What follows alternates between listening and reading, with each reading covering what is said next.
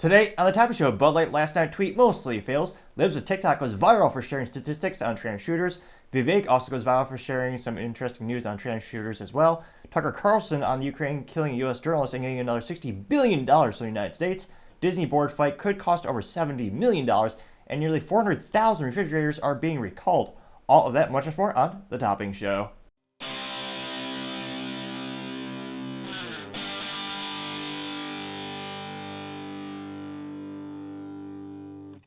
Thank you everyone for taking the time to tune in today. Today's episode of Topping Show is proudly sponsored by Topping Technologies. Topping Technologies is an IT value-added reseller and services company with a special purpose in IT security. Heck, I see their founder release choice today. Gotta say he's quite handsome and brilliant. He's me, you see, that's the joke. If you're an IT leader or business owner, reach the team at sales@toppingtechnologies.com. Also, try and get to 4,000 subscribers by the end of February, so if you could click that button, I would greatly appreciate it. Now, going over to the business part of the podcast, you have Disney board directors fight could cost over $70 million. This as multiple activist investors are trying to, perhaps in a futile attempt, save Disney from their own demise. Now, Disney used to be the perhaps best known, most respected blue chip stock on the planet. One of those things where you knew you weren't going to get rich overnight, but it was a solid investment for decades. They knew over time it'd grow more and more since the average audience for Disney was darn near everyone. But they decided they were going to change their business model and go for more of a niche market, which is an interesting business choice, which has alienated about 50% of their prospective clients. And we've seen that proven out in the sales, where their sales are just going down, down, down. Last year, they lost a little over $1 billion on films, which, again, is Disney. They used to basically legally print money for most of their existence because so many people loved the great stories they were able to put together, the astonishingly beautiful animations the team was able to put together. But now they decided to insert sexual themes into children's shows, make them political, and pretty much make them distasteful for, I would say, a majority of the U.S. audience. But who knows? Demographics are shifting, preferences are shifting. Maybe this is, maybe this is all part of their grand plan to become successful in 50 years. I mean, I kind of doubt it, but maybe that's their plan. Now, nevertheless, but Mr. Bob Iger says he's going to turn the company around. Well, it'll be interesting to see if he can do that. Now, this comes to us thanks to Emma Thorne over at LinkedIn. They noted that the battle for Disney's board is shaping up to be, quote, most expensive shareholder fight ever, unquote, potentially topping $70 million, according to the Wall Street Journal. We currently have two separate activist hedge funds, Blackwell's Capital, as well as Nelson Peltz Train Fund Management. They're hoping to clinch spots on the board while shareholders vote on April 3rd. Both have invested heavily in marketing materials and special consultants, hoping to win over some of the millions of individual investors who together control more than a third of Disney stock, which is, as noted, a highly unusual situation for a public company. Now, Nelson Peltz, you might remember him. He's been pushing this for, I would say, nearly about a year now. You've seen his headlines a couple times. He is, I'd say, best known for getting into companies and turning them around. Perhaps one of the best examples being Dr. Pepper, which had its rough times, but it actually became so popular and so successful, they were able to build a business to the point where he was able to exit it, as well as eventually they actually sold to Keurig, and now you have an even bigger, more successful company known as Keurig Dr. Pepper. Now, he has been buying up shares more and more because he wants to get them out of politics. That's his belief, and I think a lot of the shareholders are probably going to side with him, most likely, because again, Disney's bleeding money. The only area they're really making a profit are the theme parks, which I'm actually pretty impressed considering they just raise the price time again. So it's one of those things where it's almost comically expensive to go to Disneyland or Disney World these days. Truth be told, I was fortunate enough to go once as a child, and my family had to work pretty hard to save up for that experience, and we were thankful and we were blessed to the point where we actually had a relative working at one of the theme parks, so we were able to get us some discounts, so that helped out as well. But even back then, in the, was it around the 2000 era when I went, or 1990s era, even back then it was pretty darn expensive. Now it's almost comical. I mean, the Star Wars hotel is charging like 10 grand for a 2-night stay, which they eventually did shut down. Again, another business blunder from Disney. They built the huge hotel for Star Wars theme, and they're charging people $5,000 to $75,000 for like a single closet size room, perhaps. But like the grand suite, which they had many of, was $10,000, which, again, that's the price of a pretty darn good used Japanese car that'll last quite some time. Now, Disney claims that, they had some good results last year, but, I mean, the stock is almost nearly, what is it? They know it is actually nearly half its 2021 high under the leadership of Bob Iger. And it'll be interesting to see, can he turn his company around? When Bob Iger came back, again, long-term, very successful, I was going to say, not entrepreneur, very successful businessman. He had great work ethic. He actually started at ABC Studios, I believe, sweeping floors, and worked himself up to the top of the corporate ladder. And a couple of years ago, he was able to help Disney expand exponentially by buying intellectual properties and companies including Marvel and Lucasfilms. That was part of Bob Iger's vision to grow the company, and it worked. Now, Kathleen Kelly has, since then destroyed those brands to make them comical and mediocre, rudimentary to say the least. But Bob Iger really built up the company well. Then he handed over the reins to his protege, Bob Chapek. Now, Bob Chapek, he made a lot of mistakes, I believe, especially increasing the price of the tickets at the park and taking away a lot of the benefits from season pass holders at the theme parks. So to actually decentivize people to actually be, I think they call it season ticket holders, like a sports balls team. So Bob Iger actually came back a couple years ago, and he claimed at the time he's going to get the company out of politics. But that didn't happen. Disney also thought it would be good to go against the state of Florida, where Ron DeSantis famously passed a bill which is pejoratively called the Don't Say Gay bill. However, those words are actually not in the bill at all. It simply says you're not allowed to talk about sexual themes, orientations in classrooms. I believe the bill was proposed through kindergarten through 6th grade, and then it was subsequently expanded to 12th grade. Now, before it was expanded to 12th grade, even back then, Disney said, "Oh no, we want to have that. We think it's a good idea for teachers to have those abilities," which kind of creepy and unusual to say the least. But Disney decided to quote unquote go to war with Ron DeSantis, which in Florida he is exceedingly popular. A lot of people like him. They voted him. I mean, the margin of victory from his first running to second running for governor is astonishingly impressive. A good use case in and of itself. Although a hilarious contrast to his futile attempt to run for Republican nominee, but for the presidency. But nevertheless, that was another controversy of Disney, which got in the headlines not in a good way. So Disney, they just keep shooting themselves in the foot. Some might argue worse than Ron DeSantis' high-heeled boots when he was running for office. But I can't help but think more and more the individual investors are going to start siding with Nelson Putz. And again, Nelson is the head of Tryon Capital, or Tryon Fund Management, rather. So let me know in the comments if you are an investor of Disney. And again, it's one of those things where they're bleeding money on movies, which if you were to go back to the 90s and tell someone there's going to be a time where Disney is losing money on movies, they laugh at you. Because it's such a comical, outlandish idea, because there are so many hits where they're just knocking it out of the park. Now it's almost a rarity to even see a movie make a profit. I mean, what was it? The Marvels or Captain Marvel? I forgot the name of that film. Perhaps another error of their marketing, can't remember the name of the film. That was the least successful Marvel film ever since Hulk. And Hulk, everyone lambasted that film at the time. Is that Ed Norton who was in that? Some actor or other who turned into a big green giant. Although he didn't have to eat spinach, and there's no relevance to the jolly green giant when you see it at the food aisle. But nevertheless, that was at the time, everyone hated that movie. It made the least amount of money. The Marvels did worse than that. So Captain Marvels, whatever you call it, that movie was the worst performing Marvel film. And yet, it's astonishing a lot of these people still have their jobs. And just we'll do a quick look at Disney's stock lately.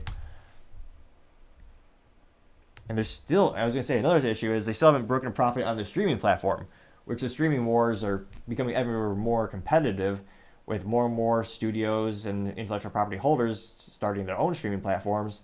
So there's a lot more competition. And again, they've been taking their losses in that is in the billions. Then recently, I think it was $455 million for the last fiscal quarter. So the losses are decreasing, but it's still at a loss for the streaming platform. Now, in terms of the 5-year trend for Disney, it's actually not as bad as one might think. Well, if you load, it's only down about 2.52%.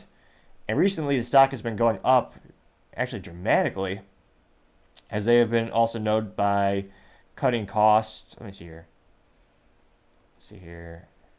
I think that'd be the biggest. Which again, Nelson has been pushing Bob Iger to make cuts to the company. I believe the goal was about $7 billion in costs to be cut from it, which Bob has been doing successfully. So it'll be interesting to see the stock is starting to go back up overall. Is that enough to let investors, stay, just kind of stay as is? Or do you think they're going to start pressuring the company to go back in a direction in which they're making materials for the mass market, not just a more of a niche market where there's a lot less prospective clients?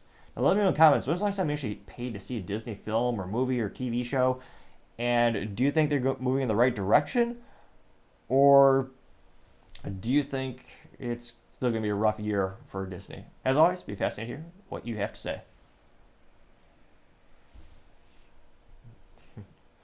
Now going over to the culture part of the podcast, you have Bud Light last night tweet is mostly, well, it's mostly as boring as most last nights. Now, this comes to us thanks to their ex-Twitter profile.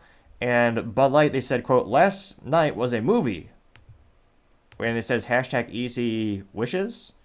Let's see if there's some terrible copyrighted movie. Let's see. I guess they didn't want to pay for the music rights. So there's no music. So it's a compilation. Let's see. 1, 2, 3, 4.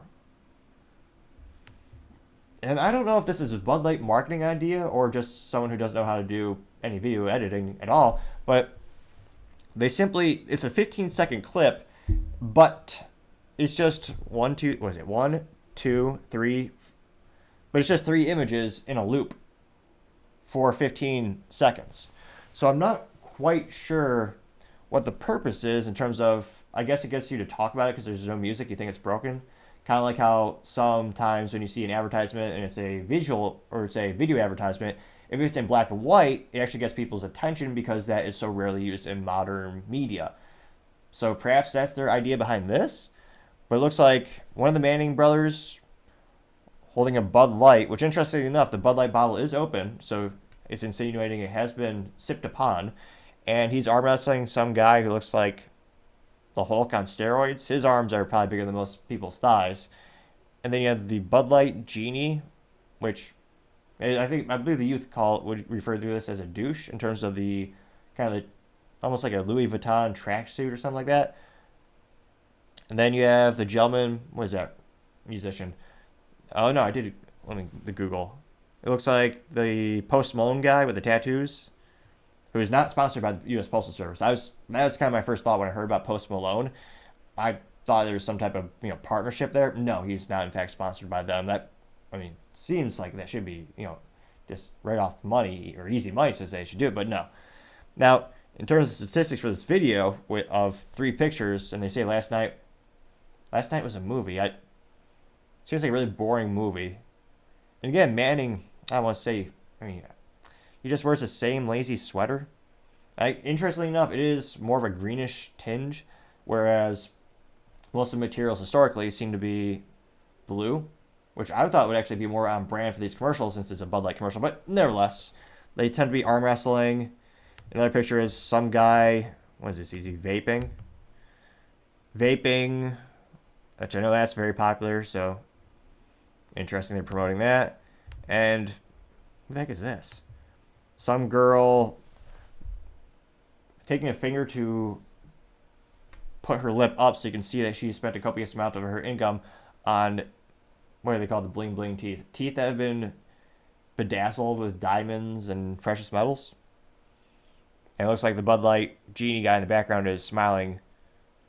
Which movie? I can't imagine the long-term cost of ownership or the long-term maintenance of those bedazzled teeth and how inconvenient it really is. Imagine you're eating something, you have a little bit of food that's stuck there, you actually this amount of diamond, and there's 5, 10, 20 grand or how much people are paying for those little pieces of carbon these days that just falls off under your food or maybe just disappears altogether. It seems highly impractical, but that's just me.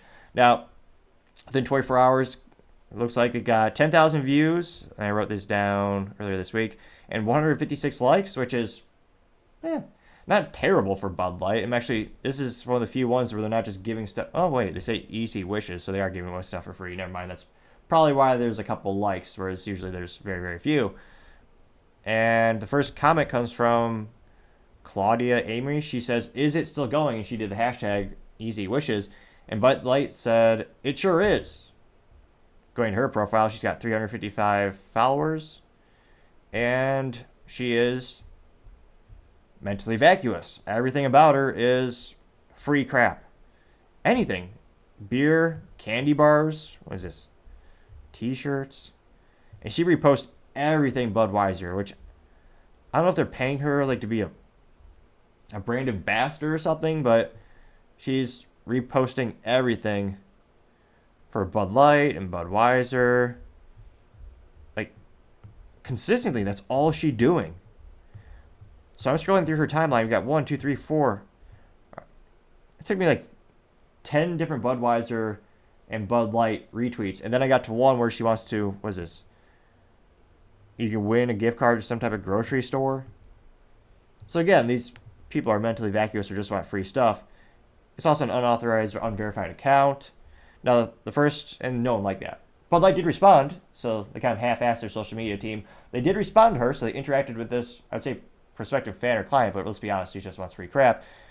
Now, Bud Light just said, it sure is, but they didn't like her response. Not granted, neither did I. Hell, no one did. But they did kind of interact with her. Now, the first response from a verified user comes from PB, and PB says, never Bud Light, unquote, and that got 7 likes. Now, Catherine is below him. She got no likes, but she did the hashtag easy wishes. So looks like she's a verified account. A lot of easy wishes. A lot of people wanting the free crap, getting 0 to 1 like. Here's another one that got more than 1 like. Mariana says, quote, a Super Bowl ad with celebrities won't get your customers back. It will take 2 things. 1, take accountability and finally own up for the mistakes of your past. 2, apologize, which you still have never done, unquote. They got 7 likes. And again, it's been almost a year since they paid Dylan Mulvaney $185,000 for a couple of videos and a couple of pictures of Dylan Mulvaney holding the iconic Bud Light can. Well, actually, more than iconic, had Dylan's face plastered upon it, celebrating 365 days of womanhood, which perhaps is the most expensive, most valuable piece of business merchandise or advertising material in history in terms of the impact on the business. I can't think of a bigger business blunder of spending $185,000 and losing hundreds of millions of dollars in sales. It's perhaps the largest negative return on investment in history. I would actually think that it probably is true. So that I almost feel like Harrison Ford saying it belongs in a museum. Absolutely. And it also should be a big use case of what not to do if you are a brand. Now, going down, you see a couple more people saying hashtag easy wishes. Allegedly, they want to win free stuff from Bud Light. Scrolling down. Mustard Green says, quote, the guy's ovaries are about to burst, unquote, getting 2 likes. Let's see. Mark says, quote, still waiting for an apology for getting that man to pose in a bubble bath. Disgusting, unquote. Getting 2 likes. Which, I was going to say, I believe the youth call that not dead naming, what is it? Misgendering. They used to get you banned on the X Twitter, but I suppose Mark didn't actually specify specifically, technically, that he was referring to Dylan Mulvaney, which is the whole point of controversy since, again, Dylan Mulvaney's average audience age was about 15 years old, so probably doesn't make sense to give this person hundreds of thousands of dollars to advertise alcohol. Now, granted, going down, you see a couple more gifs of Dylan Mulvaney, a couple of people saying they like PBR. Larry Bevins simply replied with a poop emoji. They got 4 likes. There's more like than all the other ones that just want free stuff. Let's see here. Mike says, quote, hey Bud Light, are you deleting all negative comments on this social media platform too? Your Instagram account looks sterile. So much for American values such as freedom of speech and expression, unquote, getting 5 likes. And yeah, they were roasted heavily a couple months back for censoring pretty much all the social media platforms, including myself. Now, I simply use my individual X Twitter profile to comment on one of the Bud Light posts where they said something to the effect of, here's a reminder to buy Bud Light, which no one really needs. Now, I responded by saying, thanks for the reminder for me to go out and buy Yangling. And all I did was post a picture of Yangling in can and bottle form, a couple of cases of those on my interview podcast table, and they blocked me for that. Really? I didn't it didn't even mention the lack of quality or taste of your product. I just said, thanks for reminding me of your competition, which, interestingly enough, I'm not a beer aficionado. Truth be told, when the occasion calls for it, I might enjoy a good spirit. But I actually only know Yangling because of Bud Light. That, and a couple of again, if you're a beer aficionado, you might have already heard of them. And I buy them when I have a corporate event. I buy Yangling because they're family owned. And that is exceedingly rare for a company that they're the oldest brewery in the United States. That's even more rare to have a multi-generational family business still in the family. So those are a couple reasons why I support the company. And hilariously enough, gotta thank Bud Light for bringing that to my attention. Cold Poker says, quote, "You mean a horror movie?" Is a picture of, it's a nice way of saying this, a marital aid or a woman aid. Try to keep this moderately family friendly, but you know what I'm talking about. And they are relabeled Bud Light, and it says Bud Light's new rocket ship beers. I'm getting 4 likes. Let's see here. Taxpayer 13549 says, quote, "Y'all have spent millions upon millions trying to advertise your customers back. You still fail to realize who your customer base is, and they won't return until you apologize and ask them back. Donate instead of wasting advertising money. Shit, do I need to run AB?" Unquote. That did get 5 likes, which, again, is a consistent theme. Every time we seem to be looking at Bud Light or any of the intellectual brands owned by Anheuser-Busch, one of the most biggest feedback you always see is apologize. Own up to what you did. Now, realistically, I don't think they will ever apologize, partially because if they were to do that, there'd be a massive boycott or backlash from the far left who agreed and supported Dylan Mulvaney. At the time when this story first broke, they actually started boycotting Anheuser-Busch because they again, this is what they were saying on the far left, they were saying that Anheuser-Busch didn't stand by Dylan Mulvaney. So there was already backlash. I forget there's a holding company in Chicago, a gay bar holding company where they own 4 to 5 gay bars in the Chicago and Chicago suburbs. And they said specifically they're boycotting the brand because they didn't stick with Dylan Mulvaney. Now, Bud Light has actually advertised and sponsored gay pride parades for decades. Personally, I don't think that's the point of the controversy in terms of why many people are boycotting them. They've done that for decades again. The biggest difference between all of those decades ago and now was Dylan Mulvaney, who again is controversy because, again, the average audience member of Dylan Mulvaney is about 15 years old. So you're giving someone money to advertise a product when that person's primary audience is children. And in the United States, it is also a controversy that Dylan Mulvaney is a trans activist, or a, I forget the terminology, but a male who identifies as a female. And even in the trans community, this person is controversial because Dylan has never had the surgery that some people say is a requirement to transition. So a person is very controversial in and of itself, even within that community. So it was a whole controversial nightmare for Bud Light to take on, and they've almost, well, granted, they're not going to go out of business, obviously. They sell 70% of their sales for the Bud Light brand specifically. All the other brands are down marginally. Budweiser's down around 10 to 12% week over week. Michelob Ultra is down 3 to 5%. And all the other brands are more or less the same. And again, Anheuser-Busch InBev, the big global company headquartered over in Belgium, they have over 40 beer brands. So again, they're not going away anytime soon.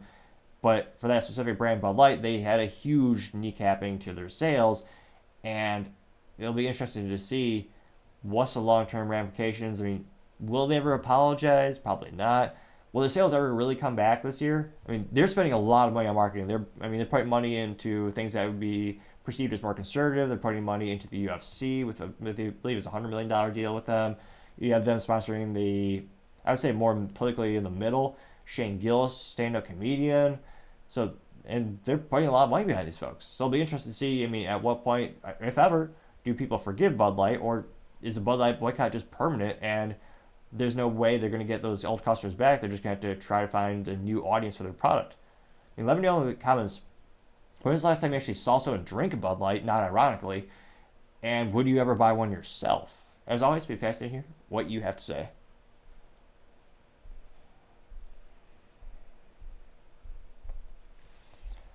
Now, other interesting cultural news, you have Libs of TikTok trans shooter ratio going viral. Now, this comes to us thanks to one of the most popular profiles on X Twitter, and I apologize that I do forget her name, the individual behind the account who created it, but she is extremely viral and well known. It's one of the top profiles over, I think it's over 2 million followers on the X Twitter. And earlier this week, she actually released some statistics, and it went viral, as youth might say. Now, Libs at TikTok specifically says, quote, Colorado Springs shooter, non-binary. Nashville school shooter, trans. Aberdeen school, trans. Denver school shooter, trans. Iowa school shooter, transgender fluid. Lakewood church shooter, trans. The modern LGBTQ plus movement is radicalizing our youth into becoming violent extremists, unquote. And as youth might say, this went viral to say the least. They got 3.4 million views in the first 24 hours, as well as 52,000 likes, which is quite a few likes to say the least. Now, let's see here. Going down to some of the top comments, you have Paul DeZupa says, quote, "These facts are not convenient for the far left's narratives. They simply ignore them. That's what they do. Radicalizing youth into violent extremists is part of the left's agenda. They want society living in fear so that we're dependent on them," unquote. And that got 355 likes. Mr. Random Libs says, quote, "Do you realize if Democrats stop shooting people, gun violence would drop by 90%, unquote?" I got 934 likes and is accompanied by a picture compilation of the mass shooters throughout the past probably 15 years. Let's see, and that would actually be a fascinating thing. I don't know how many times people look into like their voting patterns or their voter if they're registered as a Democrat or a Republican. But I'm actually surprised that's not a use case or that's not someone hasn't dove in, because again they're telling us 90%, but that would be kind of interesting to see the statistical breakdown of all of those top incidents with those folks and where they aligned, and maybe there's a pattern. Now, going down, you see Sassafras 84 says, quote, "The Democrats would rather chop off their genitals." Oh, wait. Again, I am by no means a speaking connoisseur. However, I do have a theory. If you click the subscribe button, it may very well help with my speaking ineptitudes. When I first started the show, believe it or not, a lot more speaking ineptitudes, stumbling my words, speaking too fast. Well, granted, problems are still here, of course. But since we've gained more and more subscribers, there's been a modicum of improvement. Not a lot, but I would argue a modicum of improvement. So if you click that button again, I would greatly appreciate it as I attempt to reread this quote. Again, so in Sassafras 84, she says, quote, "The Democrats would rather chop off their genitals and give them guns rather than give them medicine and seeking mental health. Democrats are the problem in America," unquote, getting 284 likes. Let's see. Liz Wheeler says, quote, "This is exactly what queer theory was intended to do. It's a violent Marxist revolutionary ideology that abuses mentally ill youth into believing they are so oppressed that their only recourse is to kill their oppressors. If that sounds extreme, it's because it is," unquote, getting 1.3 thousand likes. It's quite many to say the least. Libercrat Media TM says, quote, "Exactly," is the Photoshop of The Simpsons where they have that issue where Lenny is pulling down the number where at a factory it'll say X days without violence and Lenny's about to put a 0, or he's replacing the 0 with a 1, or vice versa. He's replacing the 1 with the 0, but they photoshopped the picture, or they photoshopped the billboard, so instead of saying days without factory safety incidents, it's day without trans violence. I got 378 likes. Philip Anderson says, quote, "Joe Biden supporters are mass shooters," unquote, 166 likes. First Words says, quote, "Has the FBI declared our most serious domestic threat yet?" unquote, 192 likes. Actually, no, the U.S. government told us that the biggest threat, or was that directly the Biden administration? They said the biggest threat to our country is white supremacists. That's what we're told. Haven't seen that in the headlines, or haven't seen a lot of those incidents, but that's what we're told. Nick Fridas says, quote, "I can't help but think the push on college campuses to characterize speech as violence was not so much about shutting people up as it was about creating a false moral justification to use physical violence against others in the name of, quote, self-defense," unquote. And that got 350 likes, and I can't help but think there's probably a little bit of truth in that statement, because again, it's one of those instances where I can't help but see a big red flag. Well, perhaps not, but I'll take the metaphor.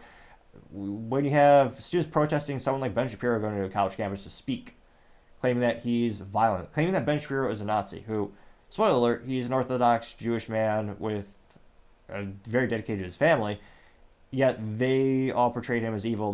The students would protest, and they would actually try to stop him from speaking. In some cases, getting violent. I can't help but think this last quote or last comment might have a little more truth than we'd like to admit. Let's see here. So Merrick Garland press office parody account says, quote, "Looks like it's time to update the list again." And it says COS shooter identified as non-binary, Denver shooter identified as trans, Aberdeen shooter, Nashville shooter, let's see here, Philly shooter identified as cross-dresser, and then Perry shooter identified as TBA. That got 240 likes. Here we go. Get some contrarian statements, or getting a little bit more diversity in the comments here. Just Huggy says, quote, Allen, Texas, 2023, white supremacist. 2022, Colorado Springs, white supremacist. 2022, Buffalo, white supremacist. This guy didn't go in chronological order. That's a little pet peeve of mine. But nevertheless, 2023, Jacksonville, white supremacist. 2018, Parkland shooter, white male. 2017, Las Vegas, white male. Which again, it's interesting he's pulling race. I guess we shouldn't be too surprised that he is pulling race into this issue, but again, that's not the main topic that everyone's going about. And he goes on for 10 to 15 more talking about the race of the people who are committing the crimes, which again, I don't personally think it has anything to do with race. It's all about culture, mental health, but that did get 576 likes, so a lot of people did agree with that specific response. Now, going down to a couple more, Tony Kinnett says, quote, oh, look, it's the consequence of telling an entire generation that LGBTQ plus people are facing genocide by, quote, white Christian nationalists, unquote. They got 643 likes. Let's see here. A lot of people reposting the picture of the shooters with their orientation. See, get any more comments here. Planet Meme says, quote, yet you will be the blame as being an extremist for simply exposing them, unquote, gaining 88 likes, which another concerning thing is, another thing we see trending is a term called stochastic terrorism, which is basically saying words as violence. Now, the doppelganger says, quote, sounds like we have a mental illness crisis and not a gun problem, unquote, getting 112 likes, which, again, my 3 cents. Used to be 2 cents, but 40-year hyperinflation, gotta be 3 cents. My 2 cents is, yes, it's all around mental health and getting people the help they need and give them the tools needed to succeed. I don't think it's a coincidence that so many of these people have broken homes, they have a lot of issues with their families, or lack of friends. I mean, it's one of those things where you can blame an inanimate object all you want, but at the end of the day, it's just an inanimate object. It's the evil will find a way, and to me, it's all about, how do we help because some people think you could debate are truly evil, they can't be helped, but I think a lot of people, as cliches that might sound, just need an extra friend in their life or a little extra help from the family.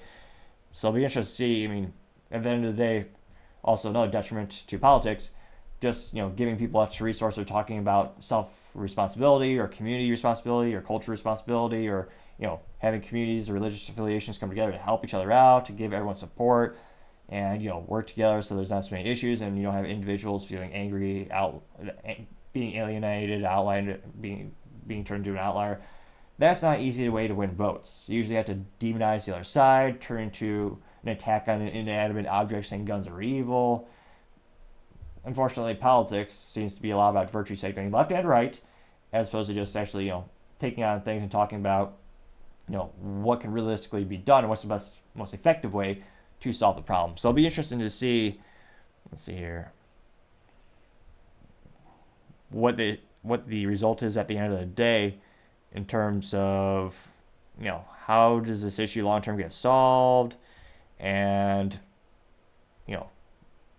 statistically, is it more likely to be someone of violence? I mean, is it even possible to have an unbiased conversation around this, or is there a way to have the data be? No. I guess if you were to take the statistical data, have the definitions properly defined, but again, so many Americans are also so viscerally, emotionally driven. Could you have a really conductive or constructive conversation?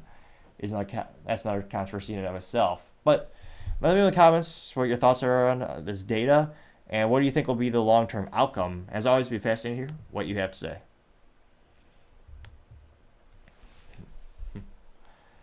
Going over to the political part of the podcast, you have Tucker Carlson on Ukraine killing journalists and about to get another $60 billion from the United States. $60 billion. Although we can't really, there's a myriad of issues in the United States. I can't help but see this budget. The bill has $20 billion going to the U.S. border protection, which is not building a wall or anything. It seems to be mostly administrative support, so hiring more people to help process people coming here illegally. But that's $20 billion for U.S. And then you have $60 billion going to Ukraine. And I believe they got about $200 billion between not just cash, but also arms and armaments, healthcare materials. The U.S. is investing heavily into that country. It'll be interesting to see what the outcome is. Now, Tucker says, quote, and I'll probably play the first minute or two of the video. It's obviously a lot longer. Now, he says, quote, episode 74, the Ukrainian government canceled elections and killed an American journalist. Congress is about to send them another $60 billion. J.D. Vance is trying to stop it. So it looks like there is still one or two people in D.C. who actually is aware of perhaps some modicum of fiscal responsibility or, putting America somewhere on the list of priorities where it seems to be left off more often than not. So we'll go ahead and play this play the first minute or two. It became very clear to anyone paying attention several months ago that Ukraine cannot win its war against Russia. The Ukrainian military will not be able, even with Western backing, hundreds of billions of dollars of it, to expel the Russian military from parts of eastern Ukraine. Ukraine doesn't have the industrial capacity, neither does NATO or the United States, and it doesn't have the people. Russia has 100 million more in population than Ukraine does. And that means that further support from the West for the Ukrainian military only means more dead Ukrainians and a further degraded Western economy in the US and in Germany particularly. So it's not simply a fool's errand, it's self-destruction. It's insane, it's cruel, it's abetting the killing of an entire generation of Ukrainians. This is very obvious. No honest person at this point will deny it.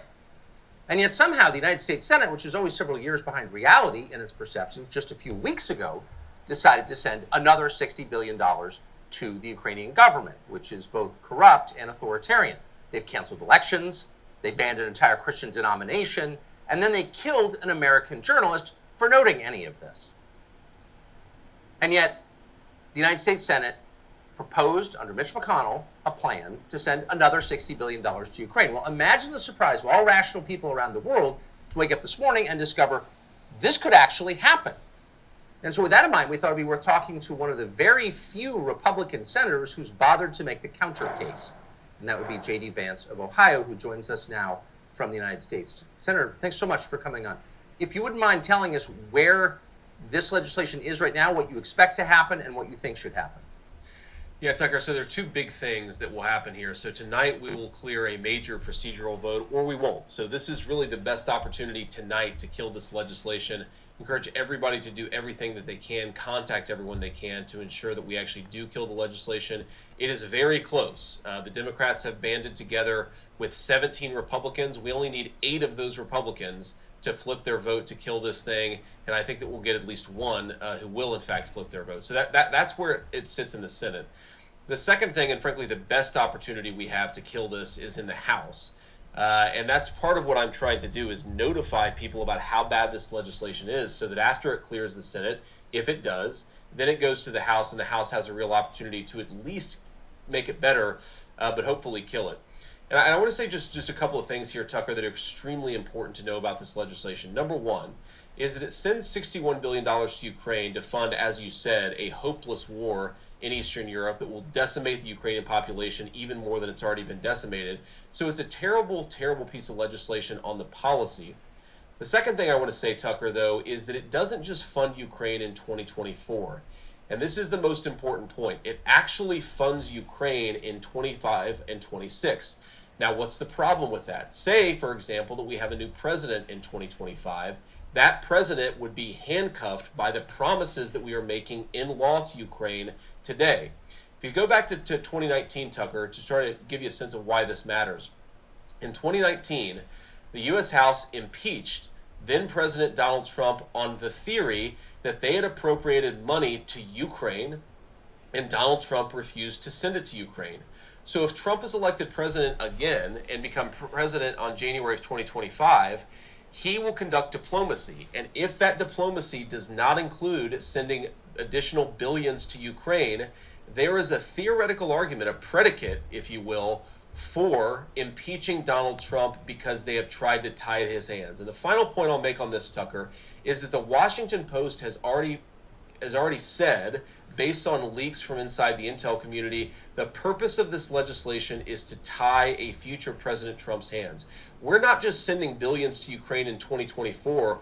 We're trying to make it impossible for the next president to conduct diplomacy on his terms. It's anti-democratic, and it will lead to endless war all over the world. Wow. So they're being funded for multiple years and being locked in almost like a 3-year contract. It's almost like a phone contract back in the day where you're locked in for 12, 24, 36 months. And as youth might say, this went viral to say the least. Earlier this week, within 24 hours, it got 19.2 million views and 122,000 likes, which is quite a few to say the least.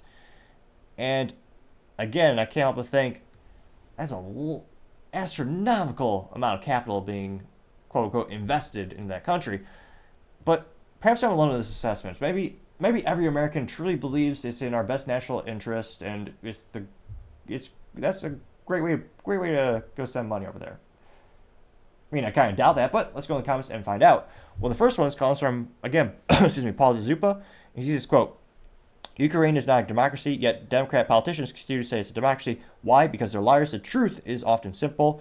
Democrat politicians lie in order to promote war and profit off it. Unquote, getting 2.2 thousand likes.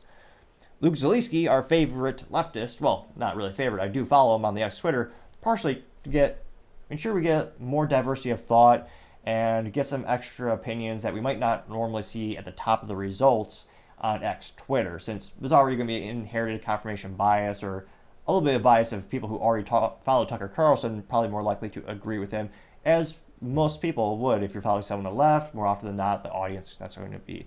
So, nevertheless, Luke says, quote, oh, geez Louise. He almost wrote a book. Now, that being said, some people did like it, so I'll attempt to read it. Grammar be damned if he does have some grammar issues. So Luke Zaleski says, quote, the world's longest continual propaganda dump and disinformation campaign continues and enters as a new phase for 2024, in which the biggest brainwashing machine in human history will decimate millions of hours of microclips of counter-truth to convince you a pandemic was an op by a secret conspiracy of people who rule the world and are just trying to make it look like Vladimir Putin attacked Ukraine and Trump had the election stolen from him and was justified in attacking the Capitol and inciting insurrection, which didn't happen unless Nancy and the FBI did it, but also the attackers are heroes who should be pardoned. And the one solution is to install Trump again, a failure as a president who presided over the greatest national security disaster in U.S. history after taking power with Putin's help, because Putin said so to the guy who was even too toxic for Fox and cost the network $250 million for lying about the election Trump lost, which, of course, just a giant pandemic plot against him to force Putin to murder his European neighbors because Joe made him do it, unquote. Now, mentally vacuous to say the least, and I won't say abomination against the idea of grammar in and of itself. A lot of those are run-on sentences, and of course he didn't even end the tweet with a period, as you should. Let's just say I don't think Luke is the kind of guy who suits up, as all men obviously should by default, and there's so many inaccuracies in there. But now that being said, 199 people did like this, so he was not alone in that specific assessment. Let me see here. I'm trying to break down what he just said. Brainwashing machine. And again, Trump only won by less than 100,000 votes. It was a really close race in 2016. I think a lot of people will also attribute it to Hillary Clinton just not being a popular or not really a candidate that can get votes. It's really not that attractive in terms of her policies or in general. Now, I should say for the record, I appreciate life and want to live it to the fullest, for the record. Just want to put that out there. And I'm sure Hillary Clinton is a very honest, good person. Anyway, now going back to other comments. Scrolling down, we see Dave Benner, he says, quote, the establishment says the notion that Putin invaded Ukraine over NATO expansion is merely a conspiracy theory, but it's exactly what NATO's own general secretary admitted, unquote. It looks like there's a couple-minute interview with the general secretary that got 1.9 thousand likes. Libercrat Media TM says, quote, no truer words have been said, and is a caricature of the juxtaposition of two pictures from Jim from The Office, where he's pointing at the whiteboard, and the whiteboard says, quote, everything horrible that they said would happen to you under Orange Man actually happened under Pedo Man. Quote, get 1.8 thousand likes, which is quite a few to say the least. Let's see. Big Fish says, quote, we need more JDs in the Senate and less Mitts and Mitches stabbing us in the back. And quote, getting 1.4 thousand likes. And truth be told, I have no idea how Mitch McConnell still has a job when, again, he seems to have dementia. He's many times in the camera, he just brain just shuts off. Now, again, some people get nervous. I mean, truth be told, you watch my show, I misspeak many times. But there is a notable difference between someone who's having a mental decline. And again, we seem to be observing that more and more in politics. And it's not just the left, it's also the right. Mitch McConnell, well, allegedly is Republican, I would argue. You know, where is his allegiance truly sometimes when you see how he casts his vote and what his actions are. But nevertheless, claims to be Republican. And yeah, it'd be interesting to see how long does he have that job still. Scrolling down here. Marjorie Taylor Greene press release parody account says, quote, I would trust Putin before I trust the Ukrainian government. I got 3.4 thousand likes. Dave Benner also says all aid to Ukraine must be terminated. NATO expansion is killing us. I'm getting 997 likes. Now, interestingly enough, the U.S. pays more into NATO than any other country. So they're paying a lot of money into it. We are. Well, I say they. Our tax dollars are going to that. And really the big question is, what do we get from that investment? An interesting question. Now, let's see here. Eddie says money laundering 101 is a picture of... It's a picture of the Ukrainian dictator or president, Zelensky, shaking Biden's hand. And perhaps one of the biggest insults, Zelensky didn't even suit up, as all men should. We're giving them billions of dollars, and he's wearing the same lazy sweater where he pretends like he's in combat. And in one of these pictures, he's wearing a T-shirt. Again, some people might call me an old soul for thinking all men should always suit up and men always look best in a suit. We have to, if you're giving someone hundreds of billions of dollars, isn't that worth suiting up, maybe taking a shower? That's astonishing, ridiculous. That did get 997 likes. Let's see here. And the consequences of the... Well, let's see. Tara Bull says, quote, Ukraine is a money laundering scheme. They got 4.1 thousand likes. Let's see. Orion says, quote, this is how you lose purchasing power by creating inflation. Printing new money into existence and sending it overseas definitely doesn't help any. Foreign aid is money laundering by proxy, unquote. And geez Louise, it shows U.S. foreign citizens and say, a little graph of the whole world, or I guess not a graph, say a picture of the whole world, and you see where all the money is going, and you see all the bills racking up exponentially, and it is quite a bit, to say the least. Now, that did get 115 likes. A couple people saying, no more, stop it. Getting between 300 and 500 likes. Let's see here. So it'll be interesting to see. I mean, again, anecdotally speaking, I still see a lot of people on LinkedIn and Facebook where they do have the Ukrainian flag on their profile. Kind of hilarious because those same people never had an American flag on their profile. But there are a lot of people in the United States who still believe it's in the United States' best interest to keep funding it.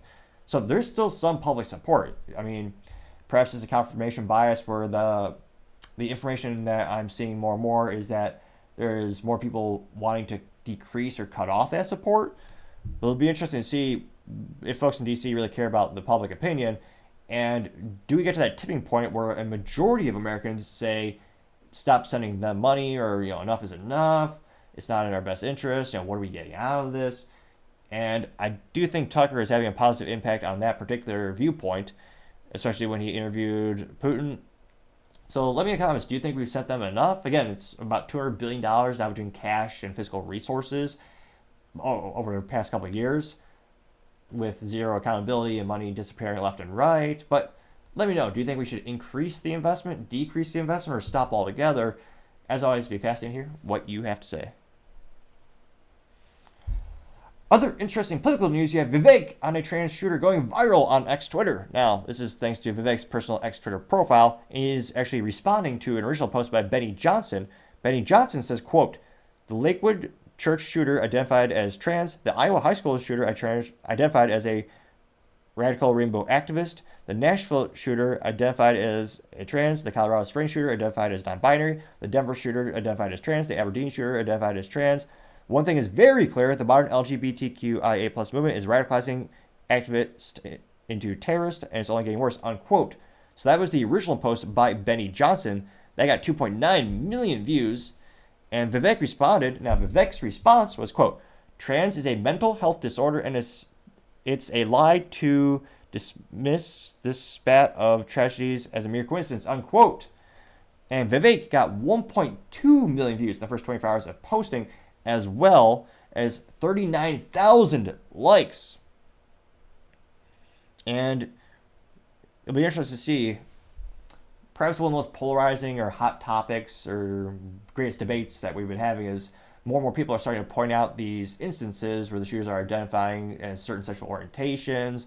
And it's just fascinating to see some of these instances by the mass media. Look at the stories will just get buried or not covered. And depending, I mean, if it's a Christian guy, they'll be on the page for weeks and they'll talk about in nauseum.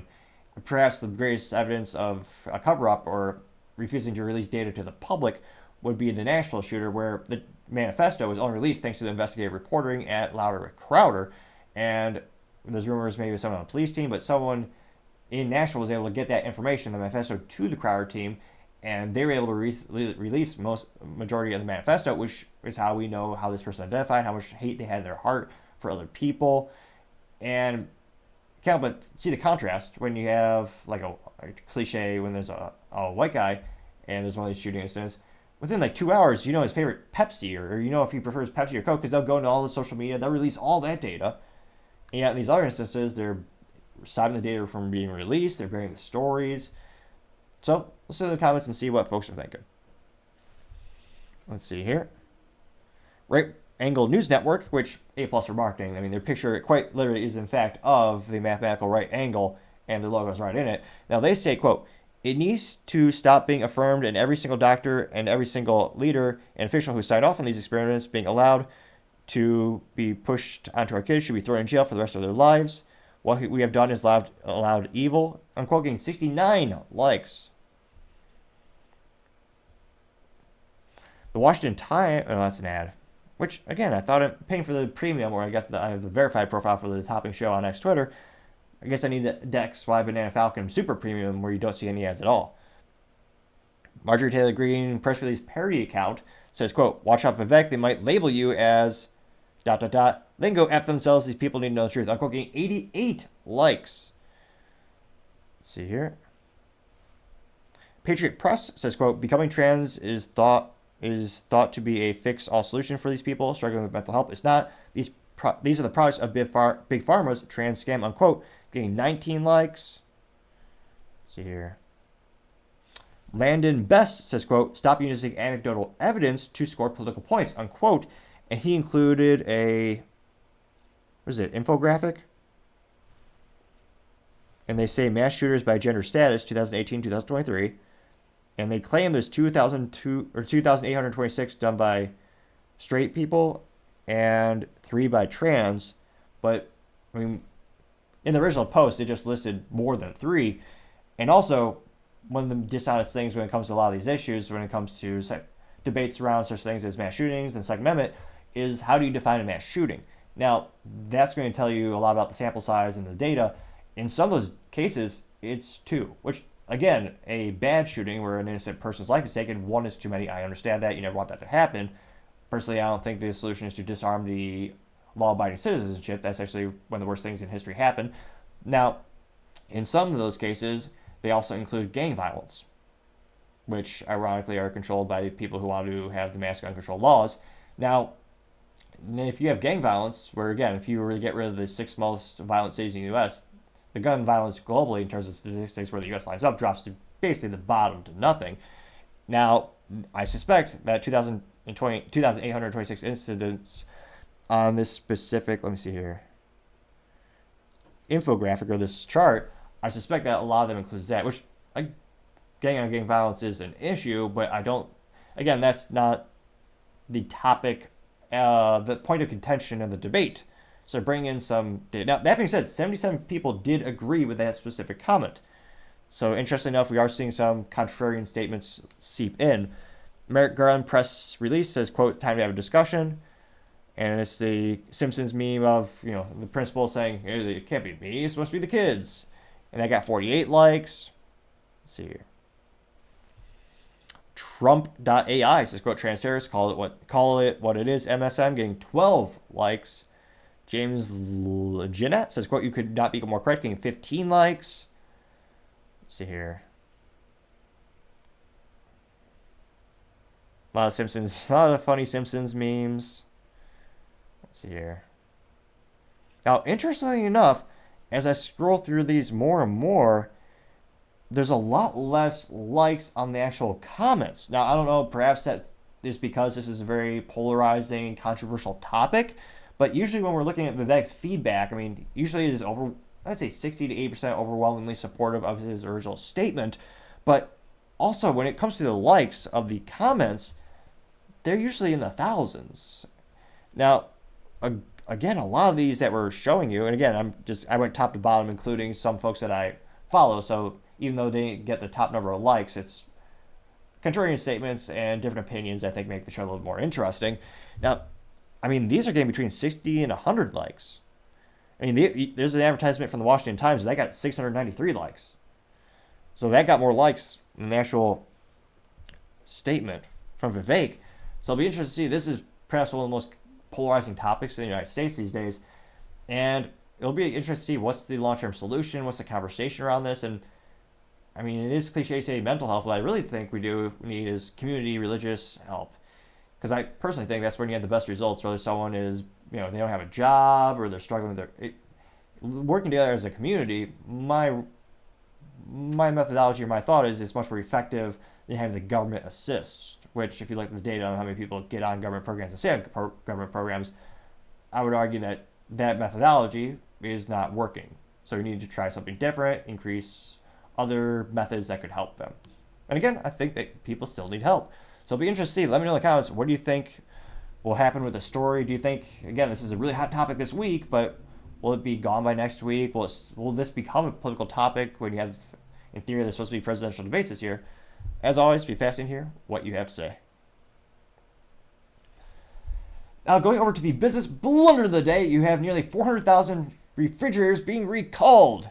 Now, this comes to us thanks to mlive.com, which, interesting website. They appear to be based in the state of Michigan, which makes a little bit more sense. Now, this is come to us thanks to a reporter by the name of Justine Lofton. And they note that nearly 400,000 refrigerators are being recalled due to a possible choking hazard related risk because of a plastic component of the ice bucket that can break. Now, the recalled Frigidaire refrigerators contain an ice bucket assembly component that can break, resulting in plastic pieces entering the ice bucket, posing choking and laceration hazards to consumers if the pieces are dispensed out of the ice bucket, unquote. Which, again, call me an old soul, but I kind of miss the days when everything was made of metal. They were as durable as an old car. Perhaps I'm just a little bent out of shape because I remember watching that 70s show as a child, and they could easily sit on the hood of the car and nothing happened. That thing was like a tank. And I may or may not have sat on the hood of a 2001 Honda Accord that the family owns and caused a nice dent on the hood. Because again, modern stuff, the metal is a lot thinner, and a lot of stuff we have around us is just plastic. Which is partially also why I make my own furniture. 150-year-old antique barnwood, a little bit of epoxy, made in America. This thing will, kind of dark to think about, but this thing will outlast me, as long as someone doesn't throw it into the trash. Although even then, I would argue it's so durable, it would survive a dump. But nevertheless, now, yeah, they note that unfortunately, they did not get ahead of this recall. So, the perfect situation when it comes to any product recall is you want to get ahead of the issue before it's reported, not just for morally doing the right thing to protect people, but also for brand recognition and preserving the brand. Now, in this case, that didn't happen, unfortunately. Now, they note that there have been 343 reports of plastic pieces breaking off, including 2 incidents resulting in laceration and ingestion injuries where the pieces were dispensed out of the recalled ice bucket, which is even worse. Now, they say the problem can be fixed with a replacement component provided free of charge. The recalled refrigerator brand side-by-side refrigerators with the slim ice buckets were sold for $1,400 to $2,400 at Lowe's and Home Depot, as well as refrigerator.com and some national resellers between November 2015 and September 2019. And geez Louise, these model numbers are as boring as all can be. I don't know who's in the marketing department, but in case you are affected and you are interested, I'll read them for you. Now, the model numbers include DGHK2355TF.